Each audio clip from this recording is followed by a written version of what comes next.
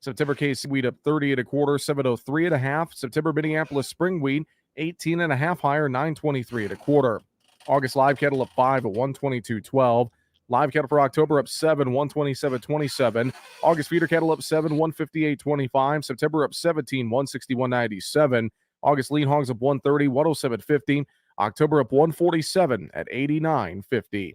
That's looking how the market trade closed on Monday. I'm Jesse Allen reporting for Dwayne Murley. Michael Devine, broadcasting live. That's right, we're broadcasting live. Sam Clovis is on the line. How you doing, Sam? Doing great, Mike. How about you? I'm doing great as usual, man. Hell, I could probably I feel like I could run a 100-yard dash. Might take me an hour or two, but I think I could do it. I think I could. Well, that's a lot better than I do. I'll tell you what, I've got this wheelchair that's motorized electrically, and I think it can go as fast as 10 miles an hour. Look out, man. Oh, yeah. And I can, in fact, the housekeeper is in my apartment right now, so I'm out in the hallway here beating her down. So. All right. Sam Clovis is a man of an impressive resume, of course. And among other things, he's been in President Trump's cabinet, and he has been an Air Force pilot, and he once ran for U.S. Senate in a seat now taken by Joni Ernst. And he is also a former instructor. What college did you teach at, Sam? Morningside College. Morningside College. That's the Protestant school, right? Or is that the Catholic school? No, that's the Protestant one. That's the United Methodist affiliation. That's what I thought, United Methodist. Yeah, and Briarcliff is the Catholic school. That's right. Or it used to be. I don't know. Notre Dame still is. Notre Dame is about as Catholic as, I don't know, the Presbyterians. Anyway, Sam Clovis is here. Sam, I think Nancy Pelosi has, I think she's gone crazy. I mean, she called Kevin McCarthy last week a moron. Just, that's like Nancy calling somebody power obsessed and greedy. I mean, the hypocrisy of it, the irony of it is overwhelming. I mean, and not too long ago, this has been a couple of years ago, she read Wolf Blitzer of CNN, the Riot Act. I mean, she must really think she's untouchable. I mean, she told Wolf Blitzer that he shouldn't concern himself with what's going on in Washington, D.C., and Wolf should leave it to people who know what they're doing. She said that to Wolf Blitzer. Well, that goes right to the arrogance of the ruling class. Oh, God. It's right in the heart of it. I know Wolf Blitzer, and I know he's off air. He treated me with the utmost respect, and we had a great friendship. And on air, he was tough, but he was fair. I think that we're seeing a lot of the Washington media starting to. I think the honeymoon is over with the Biden administration because the Biden administration is inept. You can't hide it, and you can't hide it. And I think that's one of the issues that you see with the media is they're really starting to report on this ineptness that we see. I've been doing some research on the border security and watching the trail of breadcrumbs that Kamala Harris has left is remarkable. I mean, these people are driven by something. I would like to think they had some direction or whatever, but it appears that they are pushed by an extreme, and I'm not talking a little bit left, I'm talking extreme left-thinking members of their party who let's call it what it is. They're focused on totalitarian government, and that's the direction they're heading. Yeah, I just find Rush Limbaugh said there's no such thing. How did he say this? Everything is politics. That's the point he was getting to. And that every discussion you can have is a political discussion of some kind. And I thought about that for a long time, and he's very close to 100% correct. Well, I would add an addendum to that. Not that I would disagree with the great Rush Limbaugh, but I would add to it that every discussion is an economic one, because what you do is you decide on something, and you give up something to do something else. So every decision you make is economic. Every discussion is, and everything you do is political. And so I would add the addendum that every decision is economical. I'd have to say that's true as well. Apparently the only discussion we can have is how wonderful liberals are on station. They're so giving and kind and wonderful, and oh God. I read on recommendation of a doctor who I knew in the service many years ago. I read The Fountainhead by Ayn Rand. Yeah. And the Fountainhead was about socialist leveling, in essence. Right. And Ayn Rand, of course, was born in Russia and immigrated to the United States at a very young age. And she despised communism and socialism. She hated it with all of her being. It came through in her writing. And the push for equity now is another nice way to say socialism. You cannot have guaranteed outcomes based on race or gender. You cannot have a society that progresses with those sorts of ideas at the forefront. It's impossible to have a society move forward at all. Well, I think the issue that she wrote about it, and her philosophy was called objectivism, but I'm a huge Ayn Rand fan. I've read a lot of what she's written. I would agree with almost everything she says. The objective that we run into, or the torturous aspect of this, is there are fewer and fewer people who will defend merit. And that is the thing that scares me, is that it's people that believe in merit, but they won't defend it. And we've seen arguments now that people attack Western civilization. Right now, the current buzz is that all of the great classical composers were racist. And when you write an aria in the 18th century, I have a hard time getting my head around the aspects that they're talking about, and the fact that a person writes a piece of music. So Handel was racist when he wrote the Messiah, or Bach was racist when he wrote all of his wonderful music. And so there are no defenders of Western civilization.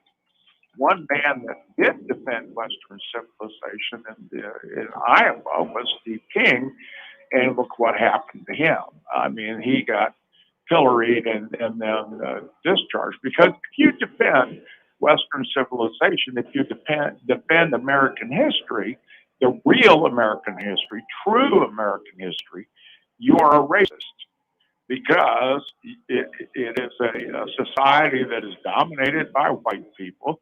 It is the white people are the majority of the population in the United States. That is a fact, and it has been a fact. And yes, there are some tragic, dark episodes in American history, but let's report them as fact, and let's get that out there. We are 7 to 10 generations removed from the Civil War, and yet we have people that want the American government to pay reparations to African Americans for something that occurred now 170 years ago. Oh, of course. That is unconscionable in my thinking. Yeah, well, you may never hear me say this again, ladies and gentlemen, but I urge you to read the writings and pay attention to the public comments of Louis Farrakhan. Yes. Louis Farrakhan is known as a vigorous anti-Semite, and he certainly is anti-white. His basic idea is that white people are directly responsible for every bad thing that ever happened to black people, and they owe black people. White people owe black people. Now that's but what Louis Farrakhan has been saying since the 1960s. And where does it come up time and time again now? And it's never reported in the media. It's practically stamped on every Black Lives Matter communication, and it's repeated in the media now that that white people must pay reparations because they're responsible for all the evil things that have ever happened to black people. That's directly from the thinking of Louis Farrakhan. Yeah, I just, it's unimaginable to me that we would be in a society here in the 21st century, the year of 2021, after going through what we've gone through in this country, around the world, for that matter, that we would sit here and be denying what happened. Was there a colonial period in world history? Yes, there was. Was there episodes where there was great violence in the Middle East? Yeah, go back about 3,000 years. You want to read about slaughter, read about what happened to the Assyrians, Oh. and in the 6th century BC, when they tried to attack Jerusalem, 185,000 Assyrians were killed. I mean, so those brutal wars that took place in all over the world. And yes, let's not deny that history, but let's report it accurately. The 1619 Project, a literary effort, not historical. It's a literary effort, and it's made up of anecdotal information. It's not historical. There's no empirical evidence to support any of it. It's like critical race theory. No empirical evidence, no intellectual underpinnings. No. Total fabrication, totally derived from made up out of whole cloth.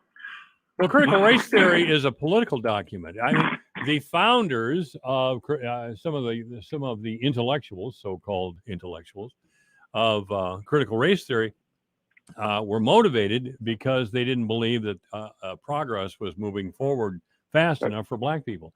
So they put together a political document. It's not supposed to be history. It's not supposed to be that sort of thing. It's nothing more than an activist document. It's not an intellectual work. It's not history at all. It's a declaration, is Yes. what it is. It's almost a manifesto. I don't think we're wrong classifying it that way because there is absolutely no intellectual underpinning. It is a derivative of critical legal theory, which says that the entire legal system is structured against people of color, right? Particularly African Americans. Then from critical legal theory has been derived this critical race theory.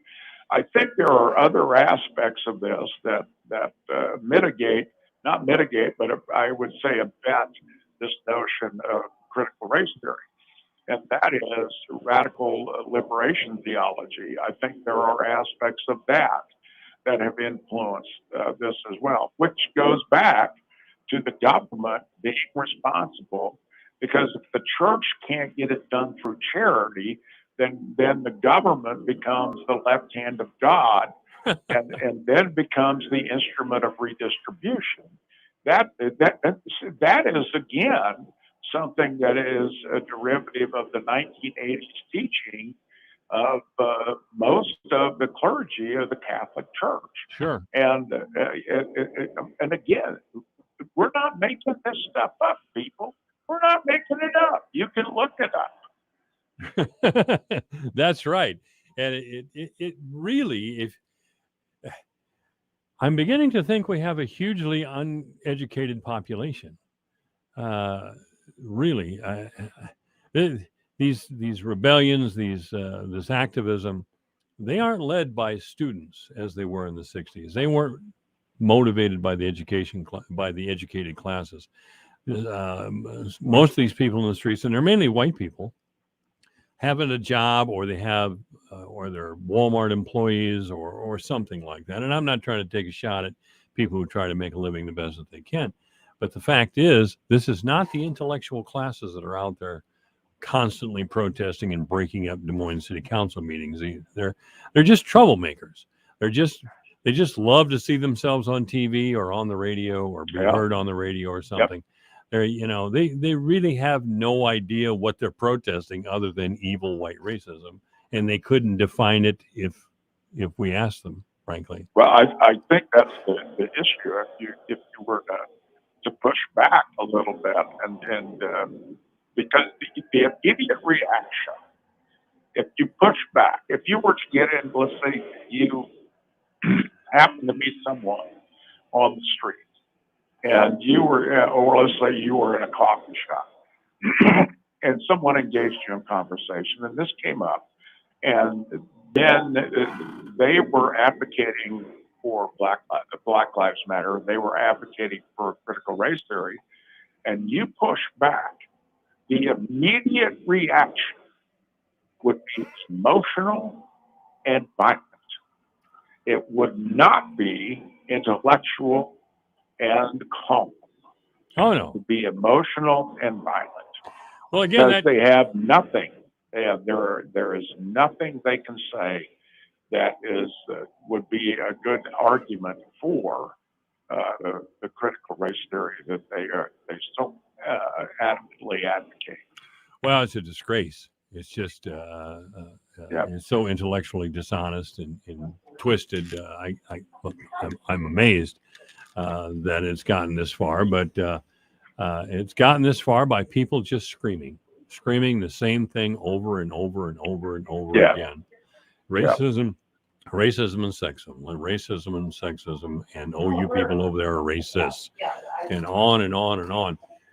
Sam Clovis is our guest. Sam, we're going to take a short break. Will you call us back, please? I'll call you back in about 8 minutes. Thank you, sir. This is AM 1400 KVFD, the voice of Fort Dodge's 328. Attorney Joe Cordell. For many men, divorce brings a bewildering sense of loss. You feel adrift, isolated, like you're the only person in the world. But the good news is, you're not alone. Cordell & Cordell is here to help.